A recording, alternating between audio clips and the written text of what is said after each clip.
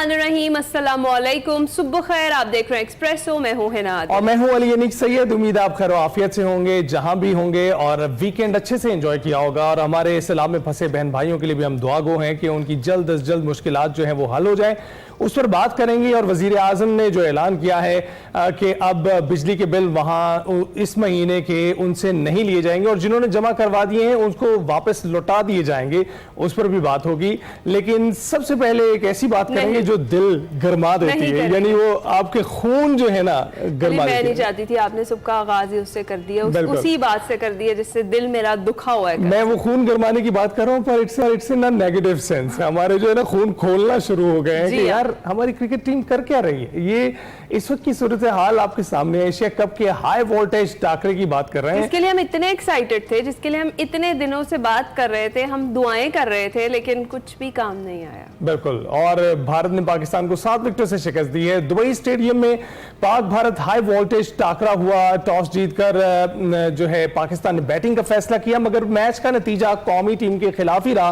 पाकिस्तान के opener middle order एक बार फिर नाकाम रहे। और ताहम साहबजादा फरहान की बात करें तो उन्होंने 40 स्कोर किए और शाहीन आफरीदी में अचानक से एक बैट्समैन उतर आया, 33 रन जड़ दिए उन्होंने और 4 छक्के लगाए और उनकी वजह से मजमूई स्कोर जो था 127 तक पहुंच गया। इसके अलावा कौमी टीम के 5 अहम खिलाड़ी डबल फिगर में भी दाखिल नहीं हो सके, जबकि फखर जमान 17, फहीम अशरफ 11, सुफियान मुकीम 10 रन बना सके।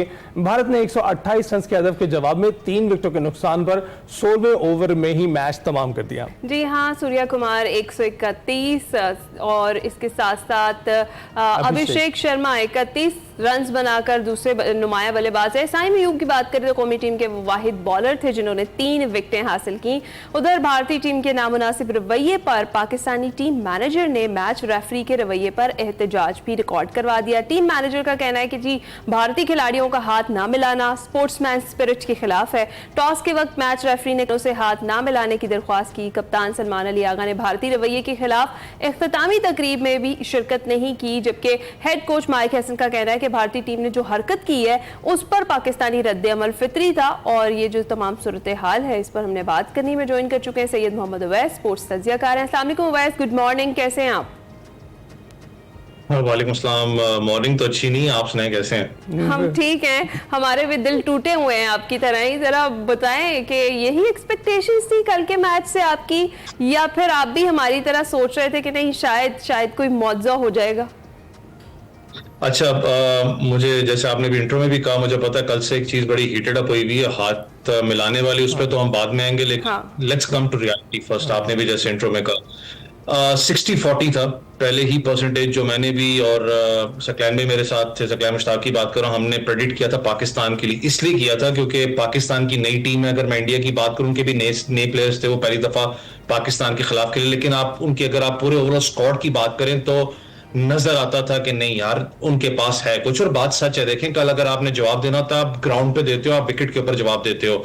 आपके बल्लेबाजों की बात करें, मुझे पता है, तो चलें सबसे पहले टॉस पे आते हैं। टॉस पे बहुत से लोग तनकीद कर रहे हैं कि पाकिस्तान ने टॉस जीता, पाकिस्तान ने पहले बैटिंग की, पाकिस्तान चेज पे जाता।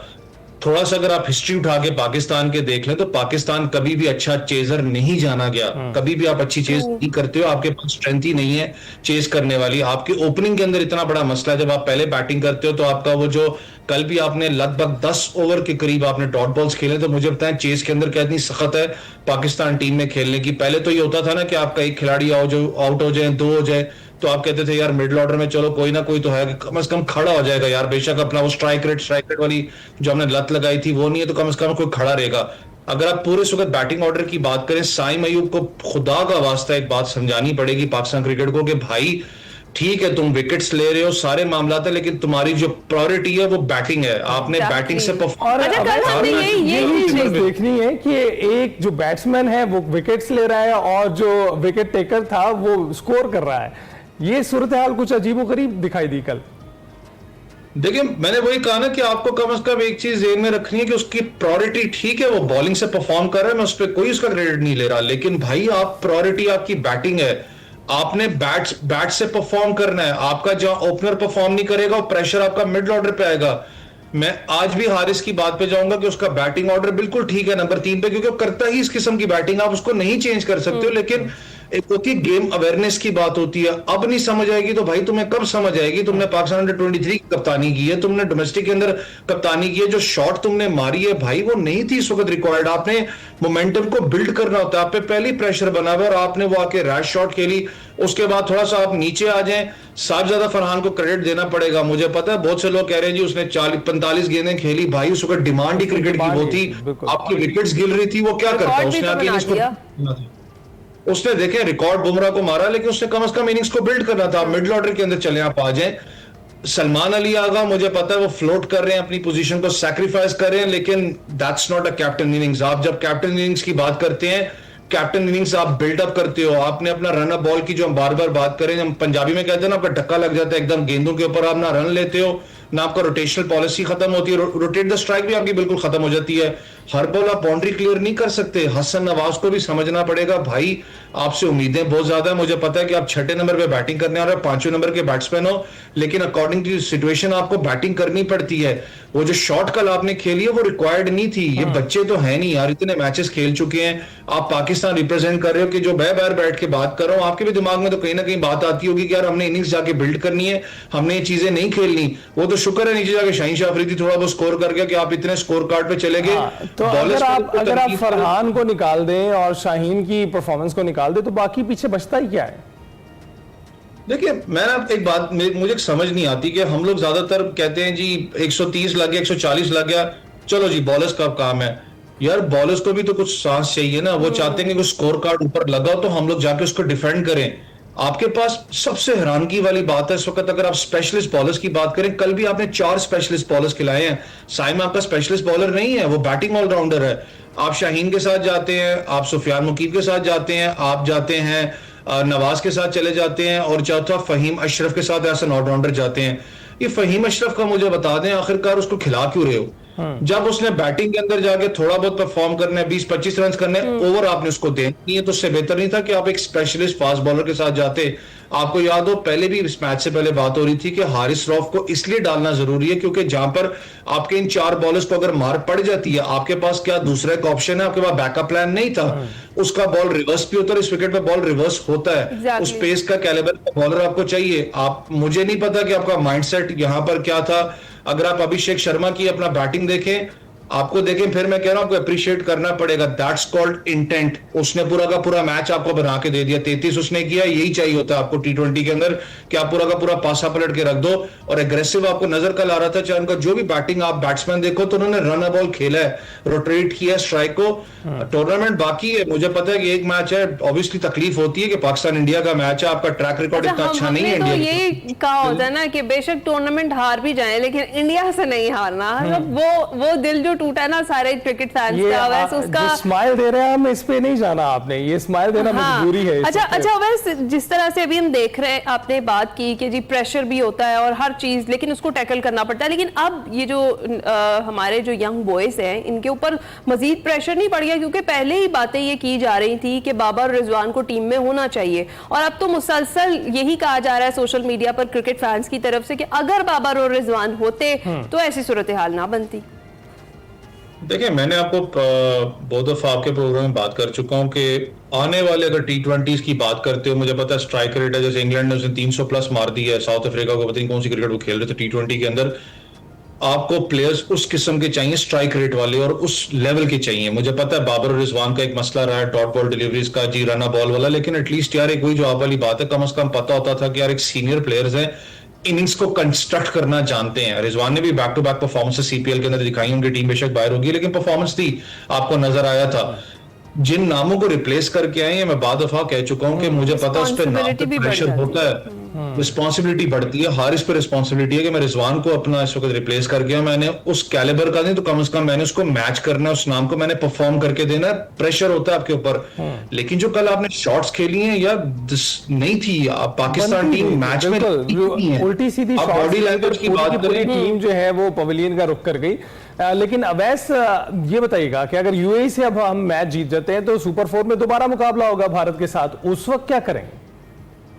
देखिए आपने ऑलमोस्ट आप मैं कहता हूँ क्वालिफाई तो कर ही गए हुए हैं, लाइक यूएई अल्लाह ना करे कोई अपना कोई मामला खराब ना हो जाए, लेकिन आपने संडे को फिर इंडिया के खिलाफ खेलना है। जब कहते हैं ना कि ऑन अ लाइटर नोट, मैं ये नहीं कोई दिल को दिलासा दे रहा हूँ, जब भी ये बुरी परफॉर्मेंस करते हैं तो अगले मैच में पता नहीं आउट ऑफ द वे जाके क्रिकेट खेलते हैं, कुछ पता कोई नहीं होता इस टीम का, लेकिन आपको सॉर्ट आउट करना पड़ेगा। देखें, आप अगर जीतना चाहते हैं टूर्नामेंट, मुझे पता है पाकिस्तान इंडिया इस वक्त सबसे बड़ी राइवलरी है, सब बात कर रहे हैं, और जो कल ऑन द फील्ड हुआ, आउट ऑफ द फील्ड हुआ, वो आपको नजर आ रहा है कि किस किस्म का वो जहर जोन सा है वो निकल रहा है बाहर, और होगा। यही जाके क्रिकेट अवैस यही चीज है। क्रिकेट एक तरफ, यानी खेलों में सियासत को हम हर दफा कहते हैं कि नहीं आना चाहिए, लेकिन भारत कभी भी इस चीज से बाज नहीं आया, और खासतौर पर जो कल वाली हरकत थी उस पर आप क्या कमेंट करेंगे? स्पोर्ट्समैन स्पिरिट से अगेंस्ट है ये चीज, और जिस तरीके से बिहेव किया गया, ये तो बचगाना सी हरकतें नहीं है। देखिए है ना, मैं देखिए अप्रिशिएट करता हूँ, इंडियन टीम जीती है, आप अच्छा खेले हो, लेट्स बी फ्रैंक, लेकिन दिस वाज नॉट रिक्वायर्ड। जो आपने हरकत की है ये बहुत बुरी थी। देखें, आप अगर आईसीसी कोड ऑफ कंडक्ट पे चले जाएं तो लिटरली मैं कह रहा हूँ बहुत बुरी हरकत थी, ये नहीं होना चाहिए था। जिस तरीके से आपने परफॉर्म किया, जिस तरीके से आपने एक्शन लिया जाएगा वैसे। देखिए, मैं मादरत के साथ कहता हूँ, ICC stands for Indian cricket council, कभी भी आपको नजर नहीं आएगा कोई एक्शन लिया जाए वहां पर, क्योंकि जितना परसों हो रहा था लोकसभा या राज्यसभा के अंदर, आप देखें उनके, चाहे वो अवैसुद्दीन साहब हैं, मुझे नहीं पता वो किस किस्म के कश्मीरी हैं, किस किस्म के मुसलमान हैं, वो उनकी रासलीला गाते रहते हैं, वो नजर आ रहा था असेंबली के अंदर। उसके अलावा जया बच्चन के साथ कोई थी बैठी हुई, वो भी लगी हुई थी जी मैच को रुकवाएं जी, अभी तक सिंदूर ये नहीं हुआ, वो मामला नहीं हुआ। यार आप क्रिकेट थोड़ा सा निकाल के रखो ना, अगर आपको इतना ही मसला था तो मुझे एक बात बताएं ना, आपके लड़कों ने लेजेंड्स लीग को अपना बाइकआउट किया जो आखिरी दिन मैच के साथ हुआ था, तो फिर आपके लड़के क्यों तरले मिनते करते रहे कि हमें कमेंट्री पैनल में डाल दो एशिया कप की?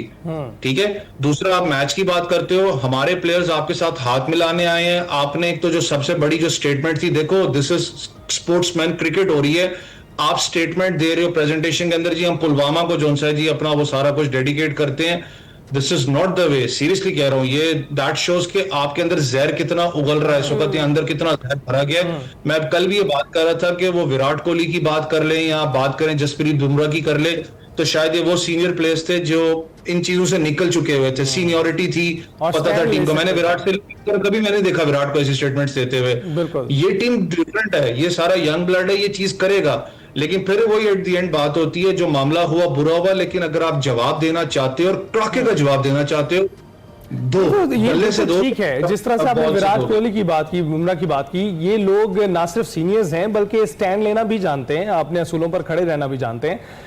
इसके साथ साथ जो टीम आप देख रहे हैं कि वो भारतीय टीम सियासत की नजर तो हो रही है। आपने लेजेंड्स लीग की बात की, उसमें इन्होंने खेलने से इनकार कर दिया था, अब क्यों नहीं खेलने से इनकार कर रहे हैं? और अगर खेलने से इनकार किया था तो उसमें वॉकओवर भी मिल सकता है हमें?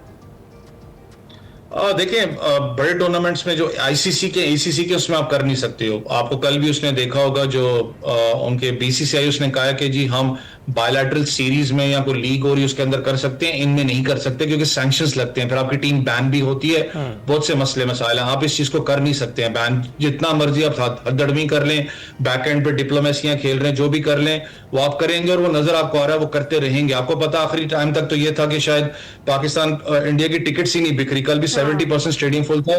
रीजन ये था, वो बाइकआउट का रीजन नहीं था, रीजन ये था कि लोगों को अभी भी शक था कि यार जितने मामला तो हैं शायद ये मैच पता नहीं होता या नहीं होता, और वही चीज नजर आ रही थी कि पता नहीं यार जो मामला चल रहे हैं आखिरी टाइम पे पता लगे जी बाइकआउट हो गया, तो लोगों ने इसलिए थोड़ा सा इस पे साइड पे रहे। लेकिन जितने मामला तो हैं लिटरली आईसीसी को मैं कहता हूँ स्टेप इन करना पड़ेगा। वेरी वेल डन बस सलमान अली आगा कि वो नहीं आए प्रेस कॉन्फ्रेंस के अंदर। फिर मैं कह रहा हूँ इनका मुंह तोड़ना है तो संडे को प्रॉपर जवाब दें। देखिए, उससे पहले भी तो ये भी बता दें कि यूएई के खिलाफ क्या करना है हमने, यही कॉम्बिनेशन रखना बेहतर रहेगा आपके ख्याल में? परफॉर्मेंस जाएगी? देखिए, आपको कॉम्बिनेशन थोड़ा सा चेंज करना पड़ेगा। फहीम की जगह आप हारिस को लेके आए। देखिए, आपको एक, मुझे पता है आपका बैटिंग ऑर्डर आप लंबा करना चाहते हो, थोड़ा सेफ खेलना चाहते हो, लेकिन आपने जब फहीम को ओवर ही नहीं देना, आपने 15-20 रन के लिए अगर फहीम को खिलाना है तो दैट जस्टिफाई नहीं करता। बैट्समैन को कभी भी आप एक बॉलर के साथ रिप्लेस नहीं करते। मुझे पता है वो ऑलराउंडर है, इफेक्टिव हो सकता है, लेकिन आपको टेयर अवे क्विक चाहिए। हारिस रऊफ आपको लेके आना पड़ेगा अगर आप चाहते हो कि एशिया कप जीतना। देखो, अभी हम इंडिया की बात कर रहे हैं, श्रीलंका को आप देखें बांग्लादेश के खिलाफ, वो बहुत तगड़ी साइड है, वो आसान नहीं होने वाला एशिया कप आपने जीतना है अगर तो आपको चीज चेंजेस करनी पड़नी और आपको अपनी चेंजेस डेप्थ पे जरूर जाके करनी पड़ेंगी, कॉम्बिनेशंस जो हैं तब्दील करने पड़ेंगे। बहुत बहुत शुक्रिया। इस वक्त आपने अवैस जो सारी सूरत हाल है हमारे सामने रखी है। हम उम्मीद करते हैं यूएई से मैच तो एक्सपेक्टेड है कि पाकिस्तानी जीतेगा, लेकिन जो अगला टाकरा भारत के साथ होने वाला है उसमें ये लोग मैदान में प्रूव करेंगे कि हम इनसे बेहतर है, जैसे कि हम अपनी जो है मई वॉर में करते आए हैं। तो उम्मीद करते हैं कि पाकिस्तानी क्रिकेट भी उसी तरह से इनसे सबकत ले जाएगी, ना कि इन सियासी चीजों में पड़े जिसमें भारतीय टीम पड़ी हुई है। ब्रेक के बाद हाजिर होंगे। Welcome back to Expresso. अब जरा सैलाबी सूरत हाल का जिक्र करेंगे। सैकड़ों बस्तियां उजाड़ने के बाद अब पंजाब के दरियाओं में बताया जा रहा है कि सैलाबी सूरत हाल में कमी आने लगी है। अलीपुर, जलालपुर पीरवाला, शुजाबाद में हर तरफ तबाही के मनाजिर दिखाई दे रहे हैं। हजारों मकानात पानी की नजर हुए तो उनमें रहने वाले भी बेघर हो गए हैं। रेस्क्यू रिलीफ ऑपरेशंस भी गए हैं, इमदाद भी यहाँ तक पहुंचाई जा रही है। सूरत हाल ग्राउंड पर क्या है ये जानने के लिए हमने राब्ता किया मुल्तान में हमारे नुमाइंदे हामिद चौधरी से। अस्सलाम वालेकुम हामिद, जरा बताइएगा खास तौर पर अलीपुर और जलालपुर पीरवाला की क्या सूरत हाल है?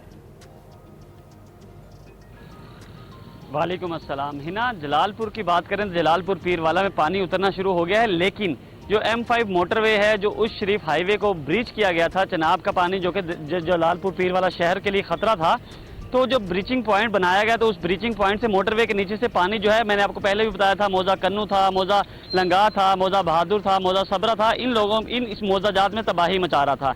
लेकिन जब जैसे दरिया चनाब में पानी की सतह थोड़ी सी कम हुई तो उधर से दूसरी तरफ से दरिया सतलुज बह रहा था। दरिया सतलुज का नौराजा भुट्टा बंद है, वो टूटा, उसने मुतअद्दिद देहात जो है ज़ेरे आब आ गए और पानी का बहाव दोबारा मोटरवे के नीचे से चनाब में जाना शुरू हो गया, यानी पानी रिवर्स आना शुरू हो गया, जिसकी वजह से M5 मोटरवे बंद कर दी गई। अब बात कर लेते हैं तबाही की, तो हर तरफ जलालपुर पीरवाला में तबाही ही तबाही है।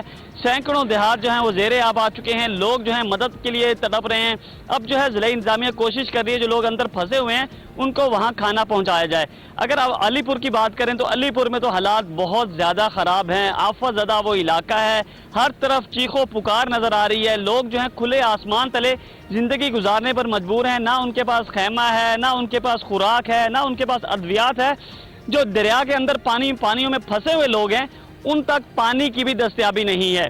कल हमने पूरा अलीपुर विजिट किया, मुख्तलिफ इलाकों में सीतपुर में गए, सुल्तानपुर गए, इसके अलावा आजमतपुर गए, तो इन तमाम इलाकों में लोग बहुत ज़्यादा परेशान हैं, बहुत ज़्यादा गमज़दा हैं, क्योंकि वो अपने प्यारों को ढूंढ नहीं पा रहे, उनसे रब्ता नहीं हो पा रहा, क्योंकि मोबाइल कनेक्टिविटी नहीं है उन इलाकों में, सिग्नल्स बंद हो चुके हैं, क्योंकि टावर्स उन इलाकों में इलेक्ट्रिसिटी बंद हुई तो टावर्स बंद हो चुके हैं।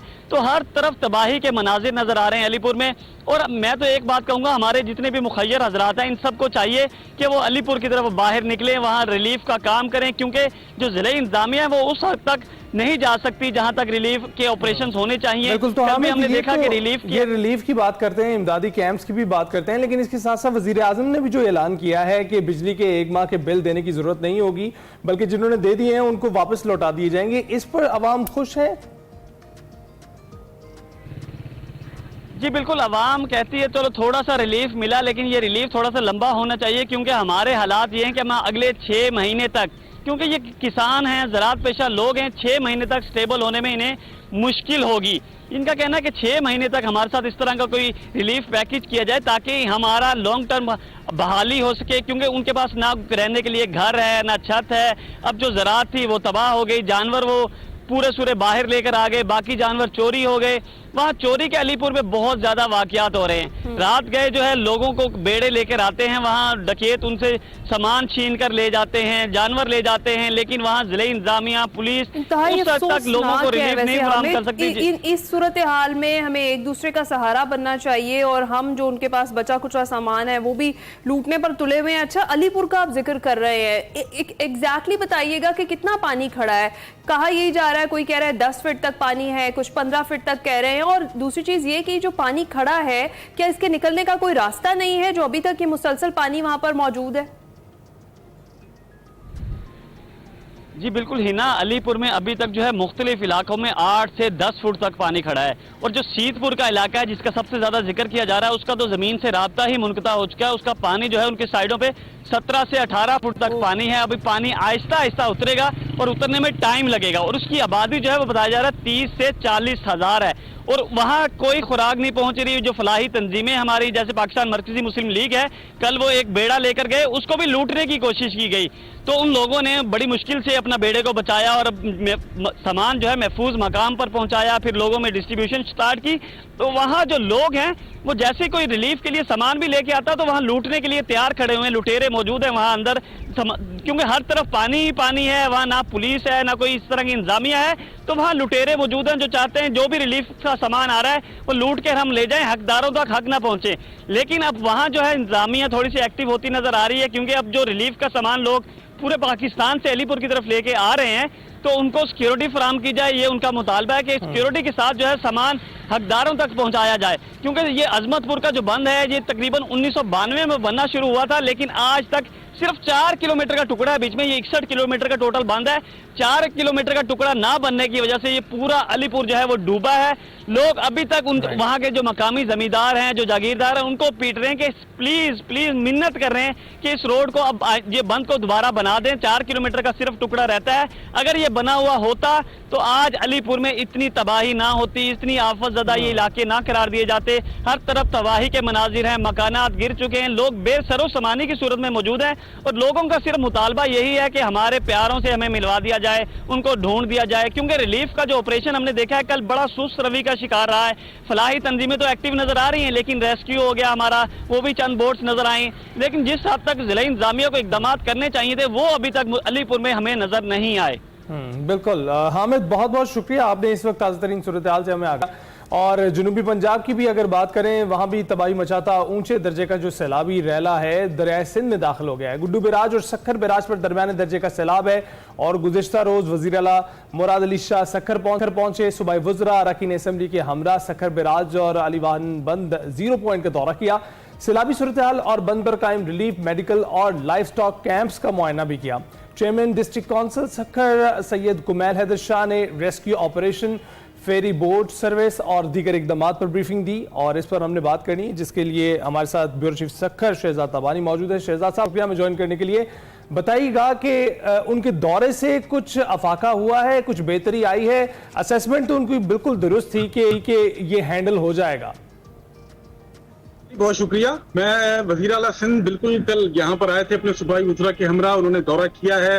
गुड्डू बैराज, सखर बैराज समेत अलीवान बंद, 0 पॉइंट और मुख्तलिफ जो दरिया सिंध के एहसास बंद हैं वहां पर भी वो गए, विजिट किया है, मालूमात लिए, एरीगेशन के अफसरान ने उनको ब्रीफिंग भी दी है। लेकिन ये अपने नाज़रीन को बता दें कि गुड्डू बैराज के ऊपर ऊंचे दर्जे का सैलाब जो है वो डिक्लेयर हो चुका है। इस वक्त 6,35,000 क्यूसेक पानी की आमद जो है वो गुड्डू बैराज पर रिकॉर्ड की गई है। जिस तरीके से हम बात कर रहे थे कि सुपर फ्लड की तरफ मामला नहीं जाएगा, हाई फ्लड की तरफ जाएगा, तो वो हाई फ्लड जो है आ चुका है और हाई फ्लड आने के बाद जो है वजीर आला और उनकी जो सिंध हुकूमत है वो मुतारिक हुई है, हमें नजर आई है, मुख्तलिफ स्पॉट्स के ऊपर जो है वो नजर आए वज़रा हमें, और उसके अलावा जिले काउंसिल्स की जो एडमिनिस्ट्रेशन है वो भी जो है हमें मुख्तलिफ मकामात के ऊपर नजर आ रही है। इस वक्त जो है सखर बैराज की अगर बात करें तो वहाँ दरमियाने दर्जे का पानी है, 5,38,000 क्यूसिक पानी वहां पर भी हो गया है और इसी तरीके से कोटरी बैराज पर 2,78,000 क्यूसिक पानी जो है। अब दरिया सिंध के जो तीनों बैराजेस हैं, गुड्डू बैराज पर ऊंचे दर्जे का सैलाब है, सखर बैराज पर दरमियाने दर्जे का सैलाब है, कोटरी बैराज पर निचले दर्जे का सैलाब है। तो तीनों बैराजेस की ये कंडीशन है,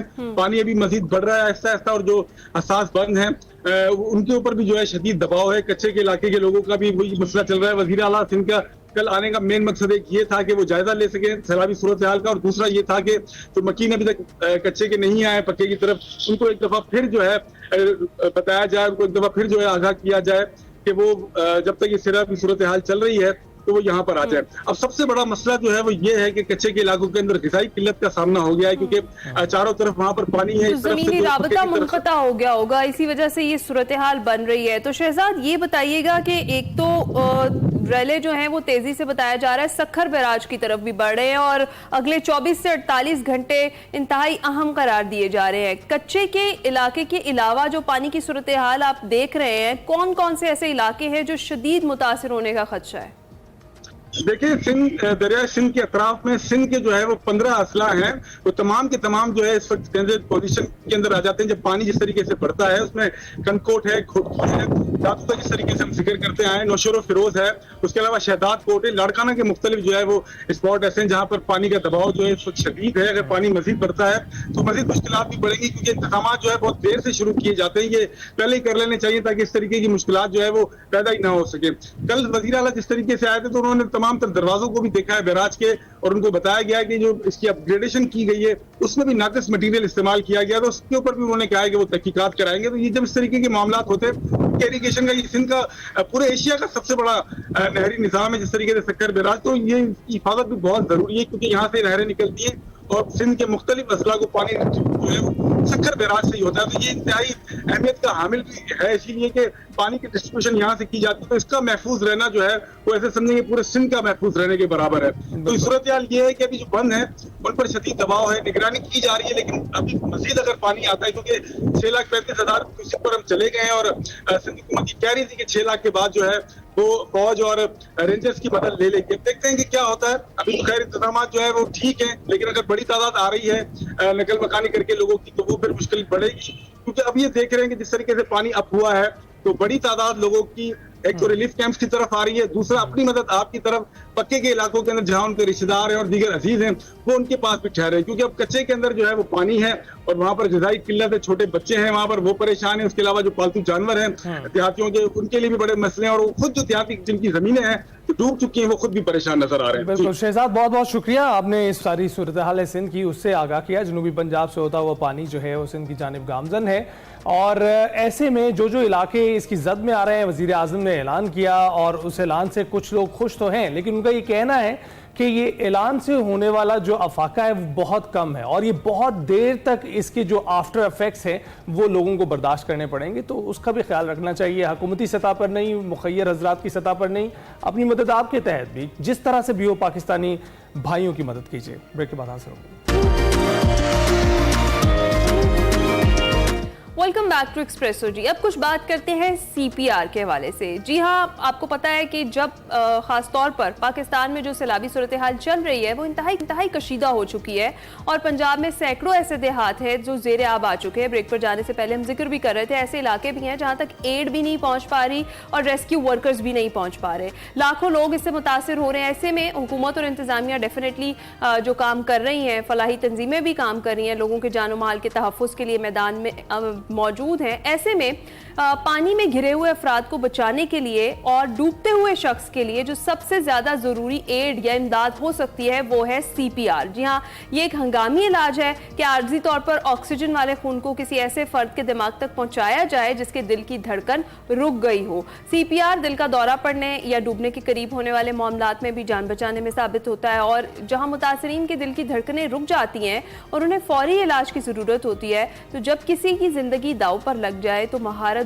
जरूरी नहीं होती। सीपीआर का जो इल्म है ना बुनियादी, वही आपके पास होना इंपॉर्टेंट होता है ताकि आप किसी को उस वक्त जो इमदाद है वो फराहम कर सकें। इसी पर आज हमने बात करनी है। और बात ये Rihana Yasmeen, emergency officer rescue 1122 Sindh हमारे साथ मौजूद है। बहुत शुक्रिया रिहाना साहिबा, कैसी हैं आप? बिल्कुल ठीक ठाक। रिहाना साहिबा, सबसे पहले तो हम ये जानना चाहेंगे कि किन सूरत हाल में सीपीआर की ज़रूरत पड़ती है और मरीज को इस सूरत हाल में कैसे उसकी जान को बचाया जा सकता है? देखिए, सीपीआर का तो जानना जरूरी है कि सीपीआर हम कह किसको रहे हैं। सी का मतलब कार्डियो, पी का मतलब पल्मोनरी और आर का मतलब रिससिटेशन। ये एक ऐसी कंडीशन होती है जिसके अंदर दिल जो है वो आर्जी तौर पर बंद हो जाता है और जिसको हम मेडिकल टर्म में कहते हैं कि विक्टिम को कार्डिक अरेस्ट हो गया है। इसका जो मोस्ट कॉमन कॉज है वो हार्ट के रिदम का एबनॉर्मल हो जाना है। जैसे कि आजकल आप देख रहे होंगे फ्लड की सिचुएशन भी है। ब्रॉनी के अंदर भी क्या होता है कि विक्टिम के जब उसमें वाटर चला जाता है, हाइपोक्सिया, ऑक्सीजन की कमी की वजह से कार्डिक होता है। तो बहुत से रीजन है जो कार्डिक अरेस्ट का सबब बन सकते हैं, लेकिन जो इसका सबसे मोस्ट कॉमन कॉज है हार्ट के रिदम का एबनॉर्मल हो जाना है। क्योंकि हार्ट का क्या काम होता है, सर्कुलेशन यानी कि पंपिंग करना, तो अचानक से रुक जाता है। और कार्डिक अरेस्ट ऐसी सिचुएशन है जो कि एज में नहीं देखती, बड़ों में भी हो रहा है, बच्चों में भी हो रहा है। और अगर देखा जाए तो 1000 की पॉपुलेशन के ऊपर हर 90 सेकंड गुजरने के बाद एक शख्स कार्डिक अरेस्ट से मर जाता है। तो इसलिए जो इसकी जो अवेयरनेस है सीपीआर के अवेयरनेस वो दुनिया भर में है। तो स्कूल और कॉलेजेस के कैरिकुलम का मैंडेटरी पार्ट होना चाहिए। आउट ऑफ कंट्री जिनके आप देखें तरक्की या फिर कंट्री उनके कैरिकुलम का मैंडेटरी पार्ट है। तो ये चीजें हर एक ये पर्सन को पता होनी चाहिए। उसका एक ये भी है कि जो सीपीआर की जो टेक्निक है वो गोल्डन मिनट के अंदर परफॉर्म करने वाली टेक्निक है। यानी कि अगर कोई शख्स आपके सामने कोलैप्स होता है तो आपने उसका फौरन सीपीआर स्टार्ट करना है। अगर आप उसका सीपीआर स्टार्ट नहीं करते गोल्डन मिनट के अंदर तो 1 मिनट गुजरने के बाद आप उसकी जिंदगी के 10% चांसेस कम कर देते हैं। ठीक है। और रेहाना साहिबा ये भी बताइएगा कि इसके लिए क्या एक्सपर्टीज की जरूरत होती है या फिर बुनियादी जो इल्म है सीपीआर का कि किस तरीके से करना है बेसिक, ये पता हो तो भी किया जा सकता है और किसी की जान इस तरह से भी बचाई जा सकती है? जी देखिए, अगर आपको टेक्निक्स, अगर आप किसी को दायित्व इमदाद दें, अगर आपको ठीक में पता है तो आप उसको करें। तो सीपीआर के लिए ये है कि अगर आप पहले नॉलेज दे रहे हैं लेकिन आप जब तक उसकी प्रैक्टिस हैंड्स ऑन प्रैक्टिस नहीं करेंगे तो आप किसी के ऊपर इम्प्लीमेंट ना करें, क्योंकि इसके कुछ खास स्टेप हैं वो अगर आप फॉलो करेंगे तो आप अच्छे से कर पाएंगे। लेकिन ये ऐसी कंडीशन है जो मैं कहती हूँ अगर हम किसी को वर्बली भी बता रहे हैं ना तो वो परफॉर्म कर सकता है। क्योंकि अगर आप देखें हमारे सेंट्रल कमांड कंट्रोल में ऐसी कॉल भी आती है जिसमें हम टेलीफोन सीपीआर उनसे करवाते हैं जिन्होंने कभी सीपीआर के बारे में पता भी होता। क्योंकि ये ऐसी सिचुएशन है ना कि जब तक जैसे हम इमरजेंसी को रिस्पॉन्ड करें, जब जो भी पहला शख्स है वो उसका सीपीआर परफॉर्म कर दे, अब वो हॉस्पिटल पहुंच रहा है, उसको 10-15 मिनट लग रहे तो उस टाइम तक उसकी डेथ हो जाएगी। गोल्डन मिनट परफॉर्म होने वाली टेक्निक है। गोल्डन मिनट के अंदर कभी भी कोई डॉक्टर या पैरामेडिकल स्टाफ नहीं होगा आपके पास, एक ले पर्सन नॉन मेडिकल होगा, शायद उसने कभी सीपीआर किया भी ना हो, और कोई वीडियो से भी देख रहा है तो तब परफॉर्म कर सकता है तो कर ले। राइट। तो आज साहिबा क्या इस टेक्निक के हवाले से आप हमें बता सकती हैं, दिखा सकती हैं हमारे नाजरीन को, क्योंकि हम जानते हैं कि ये बहुत ही इनिशियल स्टेजेस में स्कूलों में इस चीज़ की जो है ना तालीम दी जाती है, लेकिन हमारे यहाँ पर सूरत हाल ऐसी है कि हमें अभी तक जो है सीपीआर की टेक्निक्स का उस तरह से इल्म नहीं है। तो अगर आप दिखा सकें, बता सकें क्विकली, और जो आपका प्रॉप है वो अगर अपने पास रख सकें तो ज़्यादा बेहतर होगा। सर मैं इसके से पहले आपको बताती चाहूँ, Sindh emergency rescue service W training पूरे सिंध के अंदर जो है वो लाइसेंस टेक्निक ट्रेनिंग करवा रही है, जिसके अंदर हमारा स्कूल और कॉलेज के साथ एमओयू भी साइन है और हम डिफरेंट ऑर्गेनाइजेशन लॉ डिपार्टमेंट को भी करा रहे हैं। तो जिसके अंदर हमने तकरीबन 575 ट्रेनिंग के अंदर 34,000 लोगों को ट्रेन कर लिया है। तो यानी कि किसी हम चाहेंगे कि हमारे नाजरीन को भी अगर आप क्विकली कर दिखाइए इस टॉप को अगर आप अपने करीब कर। जी अच्छा देखिए, जब भी आप किसी की मदद करने के लिए जाए ना, किसी भी तरह की मदद करनी है, चाहे आप आग बुझाने के लिए जा रहे हैं, किसी भी तरह की, तो आपने सबसे पहले अपनी सेफ्टी को इंश्योर करना है। अगर आप सेफ होंगे तो किसी को सेफ कर पाएंगे। तो सबसे पहले आपकी अपनी सेफ्टी, फिर विक्टिम की। अगर आपकी आंखों के सामने कोई शख्स कोलैप्स हो तो आपने उसके पास जाना है सेफ्टी को इंश्योर करने के बाद। आप देखिए 3 चीजों के ऊपर हम कार्डियक अरेस्ट को वैलिडेट कर रहे होते हैं कि विक्टिम बेहोश है, उसकी सांसें बंद है, उसकी लफ्ज नहीं चल, तो आपने ये तीनों चीजें चेक करी। तो रिस्पांस चेक करने के लिए आपने क्या करना होता है, आपने इसको दोनों कंधों को शोल्डर को टैप करना होता है। Hello are you okay, are you okay. Cardiac arrest वाला विक्टिम जो है आपको रिस्पांस नहीं देगा, तो फौरन से आपने क्या करना है, आपने उसकी ब्रीदिंग को असेस करना है और उसी के साथ आप उसकी कैरोटिड पल्स चेक कर लें, अगर आप चेक कर सकते हैं। अगर आपको नहीं पता कि इसको कैसे चेक करना तो छोड़ दें, आप सिर्फ देखेंगे विक्टिम का जो चेस्ट है फॉलन रेस नहीं हो रहा, दैट मीन के ब्रीदिंग एब्सेंट है। फौरन से आप रेस्क्यू 112 का नंबर डायल कर दें और अपने हाथों से सीधा कर दें और जो स्टेप आप वो ठीक है। जी जी। और देखिए इस करने के लिए कोई पैसा है कि किट नहीं चाहिए, आपके हाथ किसी की जान बचा सकते हैं। अब इस टेक्निक के बारे में बता रहे हैं कि इसको परफॉर्म कैसे करना है। 3 से 4 चीजों को मद्देनजर रखें। आप देखें हैंड प्लेसमेंट आपके हमारे पास किल्लत है रेहाना साहिबा, इसलिए हम चाहेंगे क्विकली अगर आप परफॉर्म करके बता दें कैसे करना है। हैंड प्लेसमेंट दिखी जाती है। हैंड प्लेसमेंट के लिए हमें सेंटर ऑफ द चेस्ट पे हाथ रखना है, तो आप निपल हैंड ड्रॉ कर लें और एक आपका जो डोमिनेंट हैंड है वो रखेंगे सेंटर ऑफ द चेस्ट पर। सेकंड उसके ऊपर इंटरलॉक फिंगर, और उसके बाद आपने क्या करना है, अपने शोल्डर को हाथों के बिल्कुल ऊपर लेके आना है। फिर आपको ये पता होना चाहिए कि आपने कितनी डेप्थ अचीव करनी है। अडल्ट के अंदर एटलीस्ट 5 सेंटीमीटर तक यानी कि 2 इंचेस तक आप डेप्थ अचीव करेंगे, और जितना आप कंप्रेस करेंगे उतना आप रिकॉइल भी करेंगे, और जो कंप्रेस है वो 100 से 100 मिनट के दरमियान होनी चाहिए, 3 मिनट। अब मैं आपको 30 राइट। और आपने देखा कि किस तरह से रेहाना साहिबा ने हमें बताया कि क्या टेक्निक है जिससे आप सीपीआर दे सकते हैं, और अमूमन ये स्कूलों में भी इसकी तालीम दी जानी चाहिए ताकि किसी और की भी मदद हो सके। ब्रेक पर जाएंगे। प्रोग्राम के दूसरे हिस्से में खुशामदी टॉप ऑफ द आवर अपना सेगमेंट शामिल करते हैं सुबह सवेरे सिरन किनारे, और देखते हैं कि वकार अहमद मलिक साहब आज सिरन में कहाँ मौजूद हैं और क्या एक्सप्लोर कर रहे हैं।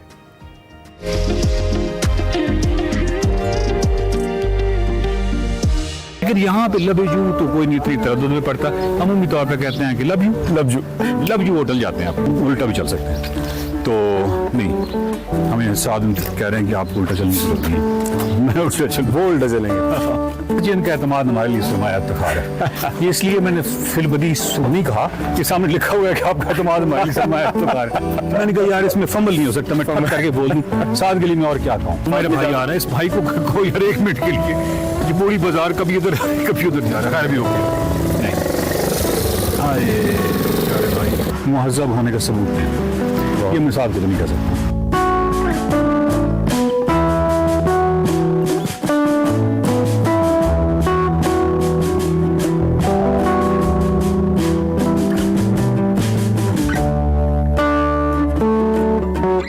अस्सलाम वालेकुम नाज़रीन, मैं वकार अहमद और आप देख रहे हैं सुबह सवेरे सिरन किनारे एक बहुत ही अहम शहर, एक बहुत ही अहम कस्बा जबोड़ी। इस वक्त हम जबोड़ी में, और जबोड़ी एक रशी है और पुराने टाउन की भी उसमें ऐसा लगता है जैसे पुराना कस्बा होता है, और ट्रैफिक भी है और ये सारे मामलात हैं।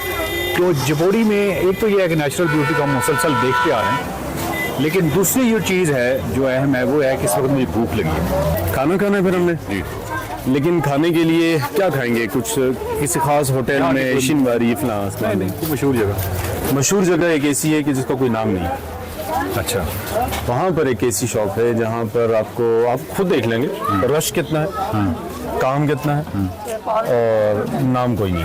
तारीफ एक्चुअली ये ऑफ द रिकॉर्ड बहुत सारी कर चुके हैं, तो हम देखते हैं कि वाकई वो ऐसी जगह है या नहीं। बेनाम ज़रूर होगी, लेकिन हम आपको एक मुकम्मल एड्रेस देने की कोशिश करेंगे कि जब भी आप सिरन वैली हैं, जबोड़ी हैं, और अगर वो जगह वाकई रिकमेंडेबल हो और अच्छी हो तो मैं आपको ज़रूर बताऊंगा कि किस जगह पे आना है। श्योर।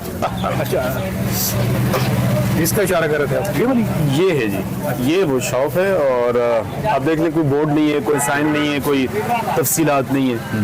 जबोड़ी जैसी आप आते हैं बिल्कुल जब एंड होता है तो यहाँ पे एक दुकान है, थोड़ी सी पहचान लें, और उसके बाद हम अंदर जाते हैं और आपको बताते हैं कि ये कितनी अच्छा है इसका खाना या जो भी ये बनाते हैं। चलो, एक प्लेट हमें बना देंगे, एक प्लेट। अच्छा, ये अभी एक प्लेट बनाने लगे हैं, और ये बड़ा कस्टमाइज से लग रहा है, यानी जो आपका दिल करे और जो ना करे, है ना? सारे आइटम्स अलग अलग हैं, आप देखिएगा। चावल अलग है, अच्छे, शक्ल बहुत, चना अलग है, सॉरी प्याज है। अच्छा, ये मसाला नहीं, थोड़ा। अच्छा, ये किसी और भूख हमें लगी हुई। ये तो मेरे सामने चटनी है, मसाला है खट्टी, और इस बॉटल में कुछ उसी का कोई हिस्सा है। प्याज थोड़ी सी ज़्यादा डालिए, और हल्का हरी मिर्च डालें, और यानी कटाई नहीं डालें। चलें, ये एक चम्मच और भी दीजिएगा, पहले टेस्ट कर ले, हो सकता है दोबारा। बहुत शुक्रिया। अभी इनसे बात करते हैं, पहले ये टेस्ट करें।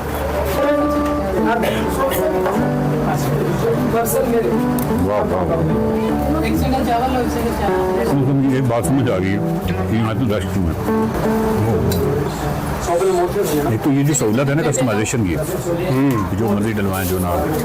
मैंने एक पुलाव बनाया हुआ है, बहुत अच्छा पुलाव है, बहुत अच्छा पुलाव।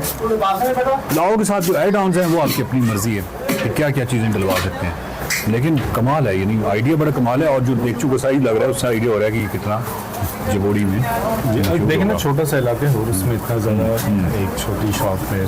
क्या जी, पाकिस्तान की वाहिद जगह हो जो इतनी मशहूर हो, यानी अपने लोकल उसमें, और इतनी ज़्यादा मसरूफ़ हों इसके मालिकान, उनको बोर्ड बनाने का भी मौका नहीं मिला। अच्छा, जो इवन लाहौर में या पिंडी इस्लामाबाद में बहुत अच्छे ब्रांड हैं, यानी एक ब्रांड है, ये चेंज है, ये जो इसकी पुलाव की, जितना मैंने पुलाव खाया पिंडी में या लाहौर में या मुख्तलिफ जगहों पे, अब मैं आप खुद आगे फैसला कीजिएगा तो सबसे ये बेहतर क्यों है। और अमीर साहब हमारे साथ छोटा सा में वक्फा मिला है, इनकी मसरूफियत में से इनसे बात कर लेते हैं। कब से ये आपने शुरुआत हुई जाती है? ये तकरीबन उसके 12 साल हो गए। 12 साल हो गए? जी हाँ। तो ये 12 साल से आपका इसी तरह, आपने कोई नाम नहीं रखा अपनी दुकान का? बस ये अल्हम्दुलिल्लाह लोग जो है मुझे मीर साहब के नाम से सब जानते हैं। मैंने छोटा सा काम शुरू किया था, पहले चने शुरू किए थे। अच्छा। फिर आस्ते आस्ते लोगों ने कहा कि अब चावल भी, मैंने साथ चावल भी बनाना शुरू कर दिए। चने बनाना मुझे एक दोस्त ने सिखाया था। अच्छा। तो उसके बाद आस्ते आस्ते जैसे आपसे मालूम वाले भाई ये चीज़ डालो वो डालो, एक दोस्तों से मसाला बनाना सिखा दिया मुझे। अच्छा। तो तिमर डालो, जैसा काला नमक है, अजवाइन, ऐसी चीज़ें और एक्स्ट्रा चाट मसाले के अंदर, तो फिर मैंने ये भी डालनी शुरू कर दी। चने हैं, चनों के अंदर ये सफेद सफेद क्या है? ये आलू है जी, आलू होते हैं, इसको हम बिल्कुल आलू और चने इसको बिल्कुल आलू को बॉल करते हैं। उसके बाद इसको हम ग्राइंड कर देते हैं। उसके है ना लहसुन और मिर्च, इसके अलावा जो सब्ज मिर्च होती है, ये चीज़ें डालते से टेस्ट अच्छा बन जाते हैं इनका। अच्छा, बच्चों में बड़ा मकबूल है आपने देखा? जी, बच्चों में स्कूल के बच्चे तो हम ज़्यादा हमारे पास स्कूल के बच्चे आते हैं यहाँ हमारे। अच्छा, 3-4 स्कूल लगते हैं, हाई स्कूल है और छोटे यहाँ प्राइवेट आस-पास सारे स्कूल हैं, ज़्यादा स्कूल के बच्चे आते हैं। ठीक है। नाज़रीन को बता दें कि जो जबोड़ी आ रहे होंगे सरन वादी सरन कैसे ढूंढेंगे ये सब?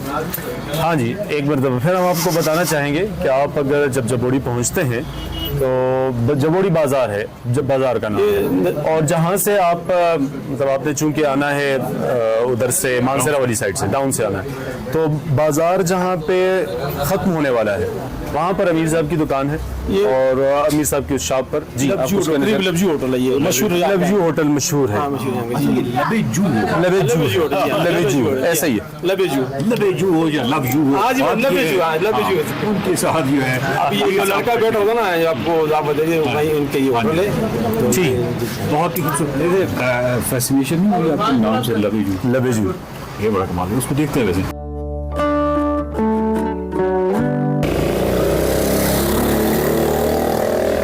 मुझे लगता है जब भी बाइक गुजरता है आप कहते हैं कि ये ना होती पूरे तो कितनी एक्सप्रेशन अच्छी जो है ना वो, स्पेशली जिसका सिलेंसर वाला मसला हो। हाँ जी। अच्छा, ये बताएंगे, एक तो मैं आपको बताऊं अमीर साहब की ये जो दुकान है, हमने इतनी ज़्यादा तारीफी की है, उसकी कुछ वजूहत है। अमीर साहब दिल्ली ले गए, उसकी वजह ये है कि अभी आपने आपको पैसे नहीं बताए।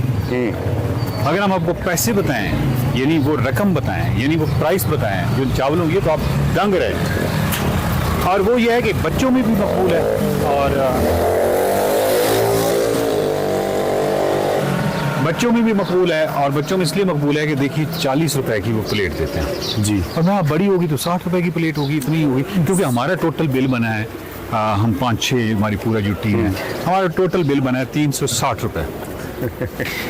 तो ये जो अमूमी तौर पे लोग कहते हैं ना कि आपके तो बड़े मज़े हैं, आप तो टूरिज्म की तरह, मतलब शायद वो समझते हैं कि टूरिज्म का ताल्लुक पैसे से है। जी ऐसा नहीं है, ऐसा नहीं है। टूरिज्म जो है, जब आप सियाहत के लिए निकलते हैं तो अमूमी तौर पर आपको पता है बैक पैकर्स और ये वो तमाम लोग जो हैं जी, वो कौन होते हैं, उनके पास कोई खास बजट नहीं होता। बिल्कुल। तो ये अभी तरजीहात है, बुनियादी तौर पर तरजीहात का ही मसला है ना। अगर हम शहर में रहते हुए भी 5 स्टार फैसिलिटीज़ के साथ रहते हैं और पहाड़ पे आकर और किसी साइड एरिया में मुज़फ्फर में भाई आ रहा है, इस भाई को कोई हर 1 मिनट के लिए जबोड़ी बाजार कभी इधर कभी उधर जा रहा है, खैर भी हो गया नहीं। अरे भाई शुक्र है। अच्छा हाँ जी, अच्छा मैं ये अर्ज कर रहा था ना कि अगर हमने वही वाली फैसिलिटीज़ जो हमारे पास घर में हैं वही यहाँ पर भी तलाश करने आए किसी भी जगह पे, यहाँ पे नहीं कि दुनिया की किसी भी जगह पे, तो फिर मतलब ये कि आप नेचर से वहाँ पर भी डिस्कनेक्टेड रहना चाहते हैं और यहाँ पर भी डिस्कनेक्टेड रहना चाहते हैं, और डिफरेंट टेस्ट तो ज़रूर लेने चाहिए। डेफिनेट, बल्कि ये अपने जो टेस्ट वो आपके जो डेवलप हुए या आप जिनका बहुत ज़्यादा इनकी आपको आदत है, उनको कैरी मत करें, वहाँ पे कुछ नया टेस्ट करें, नया तजुर्बा करें, नया एक्सपीरियंसेस करें, कंफर्ट जोन से निकलें। और दूसरी बात ये है, आखिर पे एक बात बहुत ज़रूरी करनी है, एक ये कि कई ऐसे लोग होते हैं इनकी तरजीहात में, मतलब वो बड़े खर्ची वाली तरजीहात होती हैं। शहरी ज़िंदगी में आपको पता ही है कि आप जब बाहर खाना खाते हैं वो उससे लेके आप जो कपड़े पहनते हैं तो उसकी मतलब एक जो रेंज है वो लाखों तक चली जाती है। ये तो अच्छा, वो जो अपर लिमिट वाले लोग हैं, यानी जो उस तरह की रेंज में हैं, जो बहुत खर्चा करते हैं और तरजीहात उनकी कुछ और होती है, वो हमारे जैसे लोगों को जो 40 रुपए के अमीर साहब से प्लेट खाते हैं, उसके नीचे जब हम तस्वीर लगाते हैं उसके नीचे लिखते हैं आपके तो बड़े मजे हैं। खुदा के लिए मतलब ये है कि हम आपसे कहीं 20 टाइम्स कम खर्चा करके, सिर्फ ये तरजीह है हमारी, इसलिए सो इट्स सो ब्यूटीफुल। ये वो वाले मजे जो आपने जानबूझ कर छोड़े हुए हैं। हाँ, आप छोड़े हुए, आप हमसे 10 गुना ज्यादा कर सकते हैं। सिर्फ अपनी तरजीह अगर ये होनी चाहिए। जबोड़ी बाज़ार है, जबोड़ी बाज़ार जो एंड हो चुका है और बहुत ही खूबसूरत यहाँ पे सस्पेंशन ब्रिज है। और इसके बाद मैं उस होटल को देखना चाहता हूँ जहाँ पे हमने सुना था कि यहाँ पे आगे होटल है, उसका नाम के हवाले से यहाँ पे हैं आपके पास रिहाइश की सहूलियात हैं, लेकिन इसको ये इसलिए देखना है कि इसका नाम है लबेजू, लेकिन कहा क्या जा रहा है वो भी इससे ज़्यादा बड़े मजे का। लबेजू इटसेल्फ बड़ा शायराना सा नाम है, लेकिन यहाँ पे लबेजू तो कोई नहीं इतनी तरद्दुद में पड़ता, अमूमी तौर पे कहते हैं कि लबजू होटल जाते हैं आप यहाँ। अच्छा, मस्जिद लबेजू है, मस्जिद लबेजू और बेसिकली वो पानी के हवाले से कहा गया होगा। ये लबेजू जो है रेस्टोरेंट होटल जबोड़ी, और उसके बाद आगे इनका बहुत अच्छा कोई गार्डन है, गार्डन टाइप उसके बाद लॉन सा बनाया हुआ है जहाँ पे आप वो कर सकते हैं चीज़ों को, आपसे मुखातिब होके हम उल्टा भी चल सकते हैं। तो नहीं, हमें साथ कह रहे हैं कि आपको उल्टा चलने की जरूरत नहीं है, मैं उल्टा चलेंगे तो ये है, इनकी तो कदर करनी पड़ेगी ना जी, जो आपको उल्टा चलने से बचाते हैं जी, आपकी इन चीज़ों को कैप्चर करते हैं। आप पहाड़ी पे उतर रहे हैं, ये भी आपके पीछे उतर रहे हैं, आप पहाड़ी पे चढ़ रहे हैं, आप पगडंडी पे जा रहे हैं। बस ये इनका एतमाद हमारे लिए सरमाया इफ्तिखार है।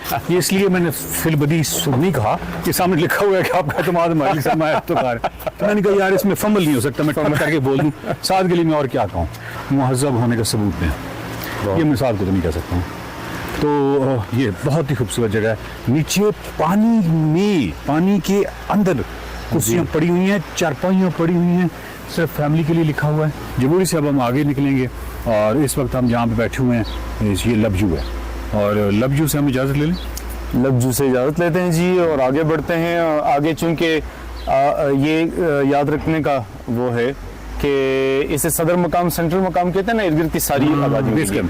तो यहाँ से आगे आपको अगर खाने पीने की चीज़ें, अगर आपने कोई चीज़ लेके जानी है साथ, तो ज़्यादा बेहतर ये कि यहीं पर आपको ज़्यादा वैरायटी मिल जाएगी, आगे फिर वो कम होती चली जाएंगी। तो लबजू से इजाज़त, देखते रहिए। सुबह सवेरे देखिए ना, मैं कह रहा हूँ ये एपिसोड नंबर चेक करें, अभी इनको सिर्फ ये भी याद हो पा, दोबारा कीजिएगा। सुबह सवेरे सिरन, हाँ जी, once again, सुबह सवेरे सिरन के नारे से वकार अहमद मलिक और वकास खान के साथ लबजू।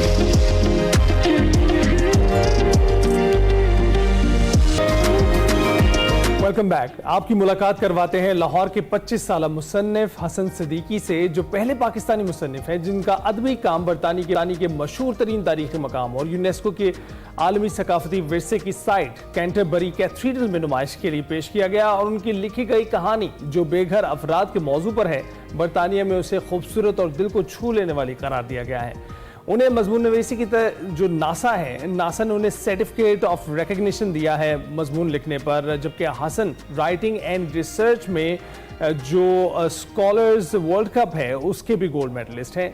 इस वक्त हमारे साथ स्टूडियोज में मौजूद। अस्सलाम वालेकुम हसन, आप कैसे हैं? वालेकुम सलाम, मैं बिल्कुल ठीक, आप बताएं।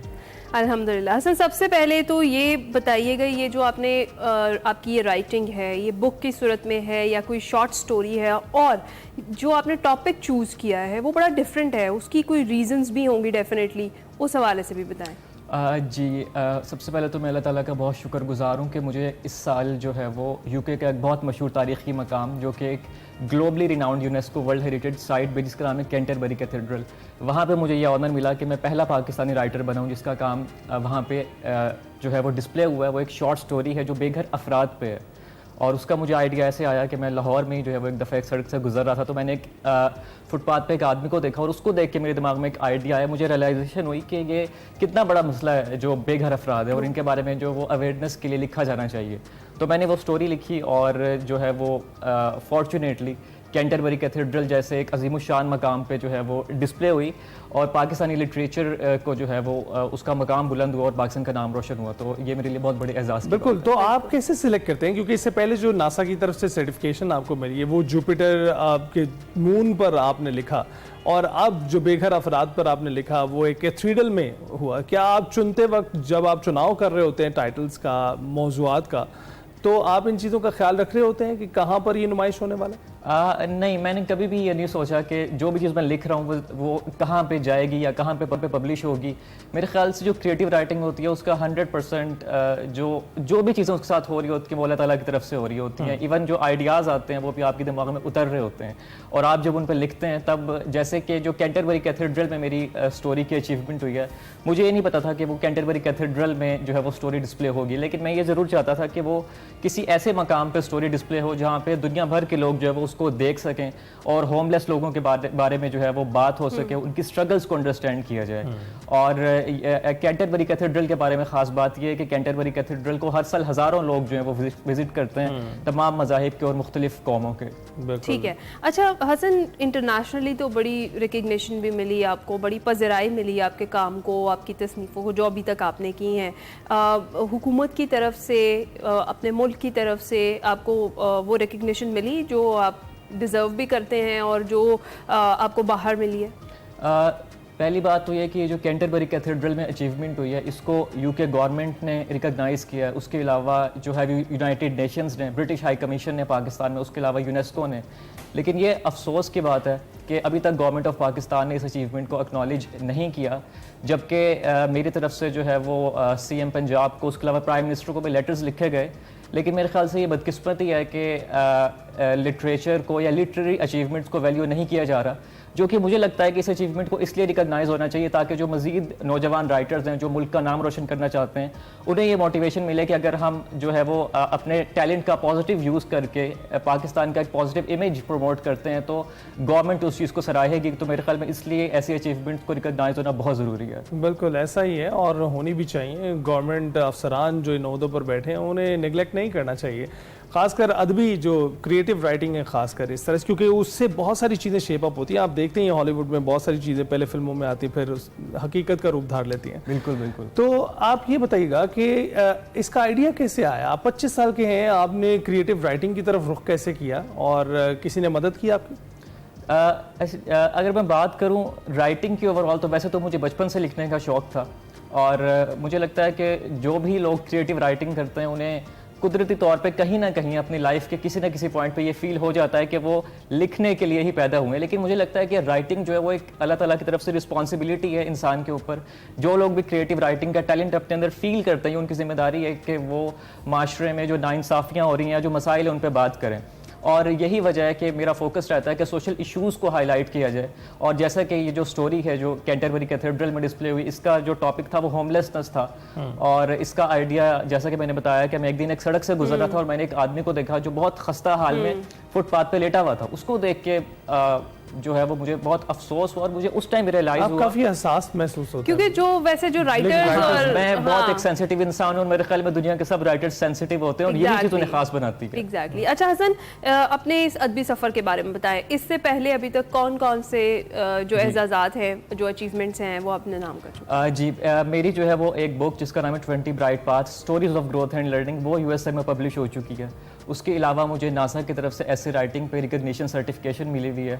वर्ल्ड स्कॉलर्स कप की तरफ से गोल्ड मेडल मिल चुका है। उसके अलावा जो है वो मेरा डिफरेंट स्टोरीज और आर्टिकल्स जो हैं वो डिफरेंट इंटरनेशनल लिटरेचर मैगजीन्स में पब्लिश हो चुके हैं, जिसमें स्पिलबर्ड्स प्रेस, इल्यूमिनेशन, स्टोरी मेकर शामिल हैं। उसके अलावा मैं एक नॉन प्रॉफिट डिजिटल मैगजीन का भी फाउंडर हूँ जिसका नाम है द फीमेल टाइम्स, जो कि वुमेन इशूज़ को हाईलाइट करने के बारे में और वुमेन एम्पावरमेंट के बारे में, क्योंकि मुझे लगता है कि दुनिया में और ख़ुसूसी तौर पर पाकिस्तान में ख़वातीन के बहुत सारे मसाइल हैं जिन पर बात होनी चाहिए और उनको हाईलाइट किया जाना ज़रूरी है। बिल्कुल। और ये बताएं कि कितना जो ये आपका शोबा है आपकी शख्सियत पे कितना असरअंदाज होता है, कि जो आपने इंतखाब किया होता है काम करने का, एक लाइफ लॉन्ग, जो इनिशियली भी अगर आप लाइफ लॉन्ग ना भी करें, इनिशियली आप डिसाइड करें कि आप ये करने वाले हैं, तो कितना शख्सियत पे उसका असर होता है? क्योंकि हम आर्टिस्ट देखते हैं कुछ, वो आर्टिस्ट फिर आर्टिस्ट दिखाई भी दे रहे होते हैं। मेरे ख्याल से जो क्रिएटिव राइटिंग है या कोई भी आर्ट है वो इंसान को कंज्यूम कर लेता है अपने अंदर बहुत ज़्यादा। और अगर मैं अपनी बात करूं तो मेरे ख्याल से जब आप लिख रहे होते हैं तब आपको जो है वो आप बेसिकली राइटिंग या कोई भी किस्म का आर्ट है वो सेक्रीफाइस मांगता है। आप हर चीज़ को सेक्रीफाइस करते हैं अपने आर्ट के लिए, क्योंकि वो आपके लिए सबसे ज़्यादा इंपॉर्टेंट होता है। तो मेरे ख्याल से क्रिएटिव आर्ट्स जो है वो इंसान को कंज्यूम कर लेता है बहुत हद तक। ठीक है। अच्छा, इन दी एंड जिस तरह से हम देख रहे हैं कि पाकिस्तान में ख़ास तौर पर जो बुक रीडिंग का कल्चर है वो किसी हद तक ख़त्म होता हुआ हमें दिखाई दे रहा है, बहुत कम हो गया है। तो जो यंग हमारे रीडर्स हैं, जो हमारे राइटर्स हैं, आपसे इंस्पायर भी होंगे डेफिनेटली, अब बहुत सारे लोग आपको देख भी रहे होंगे, उनके लिए क्या मैसेज है आपका? मेरे ख्याल में जो रीडिंग है वो इंसान को शऊर देती है, और अगर हम पढ़ेंगे नहीं तो हमारा जो नॉलेज है वो लिमिटेड रहता है। और रीडिंग का सिर्फ नॉलेज से ताल्लुक़ नहीं है, बल्कि उस पर जो है वो साइंसदानों की रिसर्च है, जब आप रीड करते हैं तो उस पर आपकी मेंटल हेल्थ पे भी पॉजिटिव इफेक्ट होता है, आप हील हो रहे होते हैं। तो मेरे ख्याल से रीडिंग कल्चर जो है वो डेवलप होना बहुत ज़रूरी है। किसी भी कौम की जो है वो तामीर व तरक्की में ये चीज़ बहुत ज़्यादा मायने रखती है कि वो कितने बाशऊर कौम है। और शऊर सिर्फ जो है वो स्कूल, कॉलेज या यूनिवर्सिटी की किताबों तक महदूद नहीं होता, बल्कि उसका ताल्लुक जो है वो लाइफ लॉन्ग लर्निंग से होता है। आप हमेशा सीखते रहते हैं और आप जो है वो डेवलप होते रहते हैं।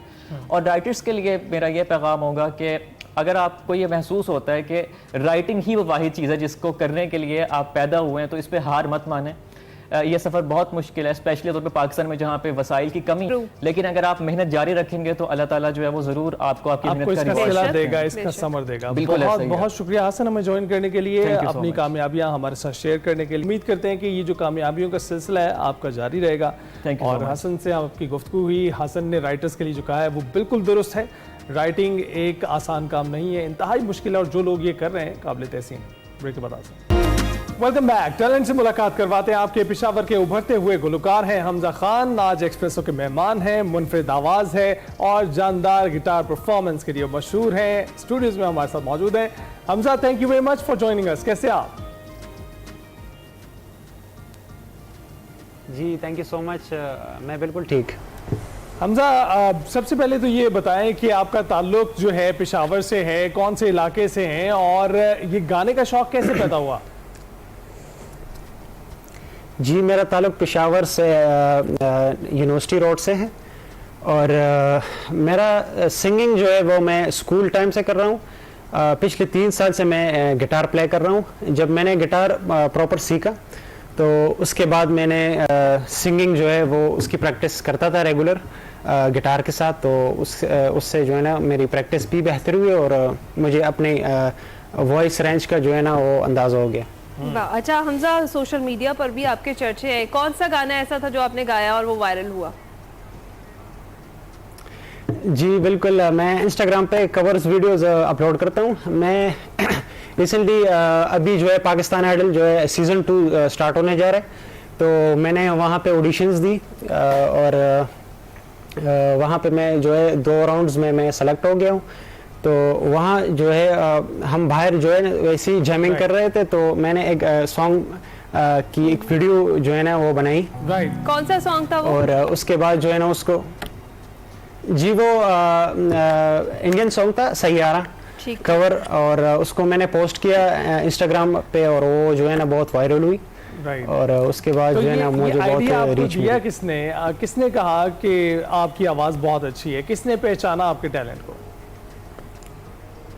जी बस सबसे पहले तो मुझे खुद लगा ऐसे अंदाज़ा कि मैं कर सकता हूँ, मैं जो है ना गा सकता हूँ। और बहुत से मुझे अपॉर्चुनिटीज़ मिली यूनिवर्सिटी में, तो लेकिन मैं थोड़ा सा शाय होता था तो मैं नहीं करता था। तो फिर उसके बाद जब प्रैक्टिस से जो है ना थोड़ा सा कॉन्फिडेंस मुझे मिलता था। तो जब मुझे थोड़ा बहुत कॉन्फिडेंस मुझ में आया तो फिर मैंने रिसेंटली जो है ना अभी जर्नलिज्म मास कम्युनिकेशन बैचलर्स की यूनिवर्सिटी ऑफ पेशावर से। सो वहाँ पे फेयरवेल्स पार्टीज हमारी होती थी, तो वहाँ पे मैंने परफॉर्म किया और वहाँ से मुझे बहुत अच्छा फीडबैक मिला। चलें, हम ज़्यादा बातों में वक्त ज़ाया नहीं करेंगे, हम चाहेंगे कि आप हमें कुछ सुनाएं, हमें पश्तो में कुछ सुनाएं सबसे पहले। जी जी मैं आपको सुनाता हूँ पश्तो में।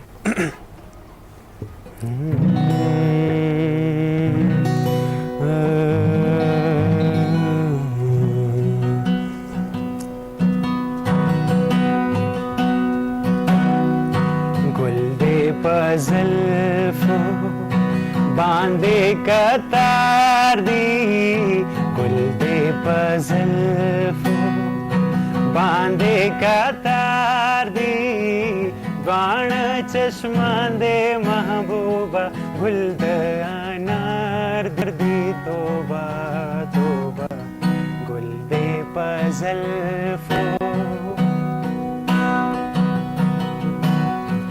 जाना नाराशा auci pukhlashu janana rasha auci pukhlashu jandunda jami mazi garde tere basina toba toba gulde pazal बांधे कतार दी द्वाण चश्मा दे महबूबा गुलदानार दी तोबा तोबा गुल दे पजल। क्या बात है हमजा, बेहतरीन। अच्छा, मुझे तो हमजा वैसे सिर्फ ट्यून ही समझ में आ रही थी इस गाने की, मुझे लग रहा है अली को तो मतलब भी समझ में आ रहा था, जितना ये डूब कर एंजॉय कर रहे थे। मैं तो आवाज में इतना गुम हो गया था। हमजा शायद इसमें मदद कर सकेंगे कि इसका मतलब क्या था। लेकिन हमजा ये बताइएगा कि आपको पजीराई किस में ज्यादा मिल रही है, उर्दू गायकी में या पश्तो गायकी में? मैं तकरीबन मैंने 2 ही पोस्ट किए होंगे कवर्स अपने इंस्टा पे पश्तो के। मैं ज्यादातर उर्दू पोस्ट करता हूँ। अच्छा, जबरदस्त। अच्छा। और ये बताइएगा कि आपकी जो सिलेक्शन है ये किस तरह से करते हैं? कोई आपका मनपसंद गुलकार हो जिसको देखकर आपको भी जो है मोटिवेशन मिली हो कि आप भी गा सकते हैं? ऐसा फेवरेट तो मेरा कोई नहीं है। मैं सबको सुनता हूँ, आतिफ असलम को सुनता हूँ, अली जफर को सुनता हूँ, फरहान सैयद को सुनता हूँ। और जो गाना मुझे अच्छा लगे तो उसकी प्रैक्टिस करता हूँ और उसकी कवर वीडियो बनाता हूँ। अच्छा, हमजा ये बताएं कि आपने कहा कि प्रैक्टिस ज़्यादा ज़रूरी होती है और डेफिनेटली जब तक रियाज ना किया जाए, जब तक गिटार की भी प्रैक्टिस ना की जाए तो उतना निखर कर ना आपकी आवाज़ सामने आती है ना धुनें समझ में आती हैं। मुझे बताएं कि आपके कोई उस्ताद भी हैं जिनसे आप प्रोफेशनली भी सीख रहे हैं? जी बिल्कुल नहीं, मैंने प्रोफेशनल सिंगिंग इस तरह नहीं सीखी और मैंने यूट्यूब से जो है वो गिटार बजाना सीखा। और ऐसे मैंने सिंगिंग जो है ना मुझे ऐसे मतलब मैं रियाज वगैरह उसका मुझे आइडिया नहीं है, तो बस मैं अपनी प्रैक्टिस करता हूँ। तो दिन में कितना टाइम देते हैं म्यूजिक को? दिन में तकरीबन 2 घंटे इस तरह। बिल्कुल ठीक है। अभी हम दूसरा गाना भी सुनेंगे, आपसे ब्रेक पर जाएंगे, लेकिन ब्रेक से पहले आप अपने फेवरेट गुलकार का गाना हमें सुनाएंगे। जी जी मैं सुनाता हूँ।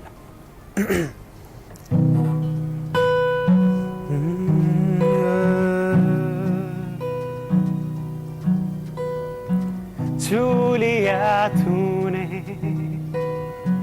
लब से आंखों को,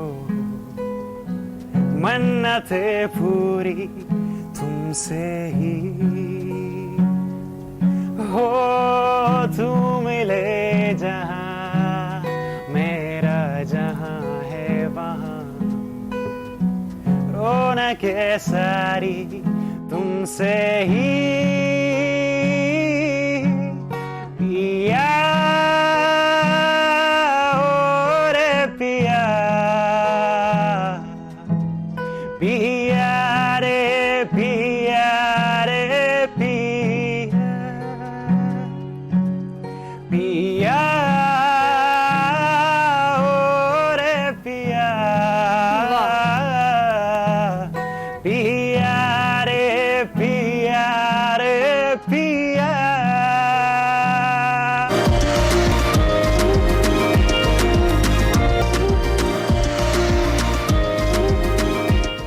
बैक टू एक्सप्रेसो। जिस तरह से आगाज़ में हमने सैलाबी सूरत हाल का जिक्र किया, बस्तियों की बस्तियां उजड़ गई हैं और किस तरह के बुरे हालात है, ख़ासतौर पर जनूबी पंजाब में जितनी तबाही मचाई है सैलाब ने, और सैकड़ों बस्तियां उजाड़ने के बाद अब कुछ ना कुछ कमी आ रही है। जो पंजाब के दरिया हैं वहाँ पर तो यानी में कमी आ रही है, सैलाब का पानी कुछ नीचे जा रहा है, लेकिन जो सूरत हाल है अलीपुर और जलालपुर पीरवाला में वो अभी भी इंतहाई तशवीशनाक है।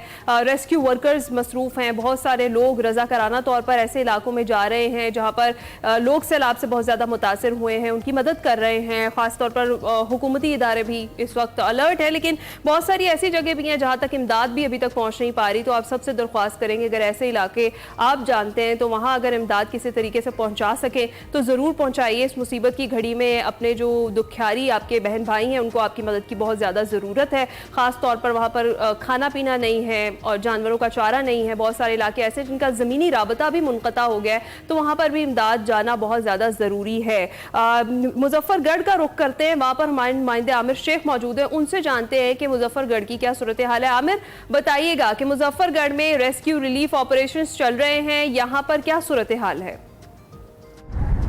जी बिल्कुल, अगर हम बात करते हैं मुजफ्फरगढ़ में आने वाले दरिया चनाब में ऊंचे दर्जे के सैलाब की, तो इसकी तबाहकारियां जो है वो जारी हैं। हर तरफ पानी ही पानी है, लाखों एकड़ खड़ी फसलें तबाह हो चुकी हैं, हजारों मकानात इस सैलाब की जद में आकर टूट चुके हैं। जो लोग अपने रोशनियों में घरों में महफूज थे, अब वो लोग जो है बंदों पर और सड़कों पर रहकर अपनी जिंदगी गुजार रहे हैं। सैलाब की वजह से जो है खड़ी फसलों के साथ साथ बागात भी जो है वो तबाह हो चुके हैं। मुजफ्फरगढ़ का जो जिला है वो आम, गन्ने और कपास के लिहाज से अगर हम बात करें तो मशहूर जिला है। यहाँ पर जो है आम की बड़ी जो बागात की जो बड़ी तादाद है वो इसकी सैलाबी पानी की नजर हो चुकी है। गन्ने की फसलों की बात करें तो खड़ी फसलें जो है लाखों एकड़ पर खड़े गन्ने की फसलें जो है तैयार फसलें वो भी सैलाबी पानी के साथ बह गई हैं। कपास की अगर हम बात करें तो वो भी खत्म हो चुकी है। चावल की अगर फसल की बात करें तो यहाँ पर चावल की फसल भी जो है बुरी तरह सैलाब की वजह से मुतासिर हुई है। अगर लोगों के नुकसानात की बात करें तो इनके घर मकानात जो है बड़ी तादाद में सैलाब की नजर हो चुके हैं। अब ये लोग जो है बंदों पर बैठकर जिंदगी गुजार रहे हैं। जिला इंतजामिया की जानिब से अगर हम बात करें रिलीफ के कामों की, तो रिलीफ के काम भी जारी है। यहाँ पर जिला इंतजामिया की जानिब से जो है पहले 18 रिलीफ कैंप बनाए गए, जिन्हें बढ़ाकर 23 कर दिया गया, लेकिन अब सैलाब मुतासिरीन जो है वो लाखों की तादाद है, जिनमें 22 या 23 रिलीफ कैंप जो है वो इंतहाई थोड़े और कम तादाद में पाए जाते हैं। जिला इंतजामिया की जानिब से यहाँ पर सीनियर वजीर मरियम औरंगजेब को जो है अलीपुर के इलाके सीतपुर में भेजा गया, जो कि मुसलसल 4 रोज से वहाँ पर रहकर मॉनिटरिंग कर रही है और सैलाब मुतासिरीन को दी जाने वाली तमाम सहूलियात का जायजा ले रही है। वजीर आला पंजाब की अगर हम बात करें तो वजीर आला पंजाब मरियम नवाज का भी आज मुजफ्फरगढ़ के इलाके अलीपुर का जो है दौरा मुतवक्के है, जो कि यहाँ पर मुजफ्फरगढ़ के जो रिलीफ कैंप है और रेस्क्यू ऑपरेशन है उनकी निगरानी करेंगी और सैलाब मुतासिरीन से बात करेंगी। मुजफ्फरगढ़ में अगर आने वाले सैलाब की बात की जाए तो मुजफ्फरगढ़ का जो ये सैलाबी रेला है, इसने मुजफ्फरगढ़ के जो है 150 से ज्यादा जो है मुआवजात को अपनी जद में ले लिया, जिसकी वजह से यहाँ पर रहने वाले लाखों लोग जो है वो बेघर हो गए और अपने जो बच्चों के साथ, मासूम बच्चों के साथ जो है बंदों पर और सड़कों पर आकर यहाँ पर जिंदगी बसर कर रहे हैं। इन लोगों के मसाइल की बात करें तो इन लोगों को जो है खाने पीने के साथ साथ जो है पानी की भी शदीद किल्लत का सामना है। बिजली यहाँ पर कई रोज से मुअत्तल है। यहाँ पर रहने वाले जो लोग हैं वो अपने बच्चों के लिए दूध की वजह से परेशान है, इनके जानवरों का चारा तक दस्तियाब नहीं, जिसकी वजह से ये लोग जो है इंतहाई परेशानी के आलम में मुब्तला है। जिला इंतजामिया और पंजाब गवर्नमेंट की जानिब से वादे तो किए गए हैं कि इन्हें मुकम्मल जो है इनके नुकसानात का अज़ाला किया जाएगा, लेकिन उसके बावजूद ये लोग जो है अभी भी परेशानी के आलम में मुब्तला है। जब तक इन लोगों की घरों में वापसी नहीं होती उस वक्त तक जो है ये लोग कहते हैं कि हमें जो है घरों में वापस भेजा जाए और हमारे नुकसानात का अज़ाला किया जाए। जी आमिर, बहुत बहुत शुक्रिया, आपने अपडेट किया। मुजफ्फरगढ़ से आमिर हमें अपडेट कर रहे थे और बता रहे थे कि ज़राई इजनास सबसे ज़्यादा मुतासर हुई हैं, जिसका मतलब ये है कि आने वाले वक्तों में भी इसके आफ्टर इफेक्ट्स फील होते रहेंगे। और अभी तक जो सैलाबी सूरत हाल है, मानसून तो खत्म हो गया है, लेकिन सैलाबी सूरत हाल मुल्क में बरकरार है, तो अपना खास ख्याल रखिएगा। जी हाँ, इसी के साथ ही हम आपसे इजाजत चाहेंगे। आपसे मुलाकात होगी कल। अपना ख्याल रखिएगा, फीडबैक जरूर दीजिएगा। अल्लाह हाफिज। अल्लाह हाफिज।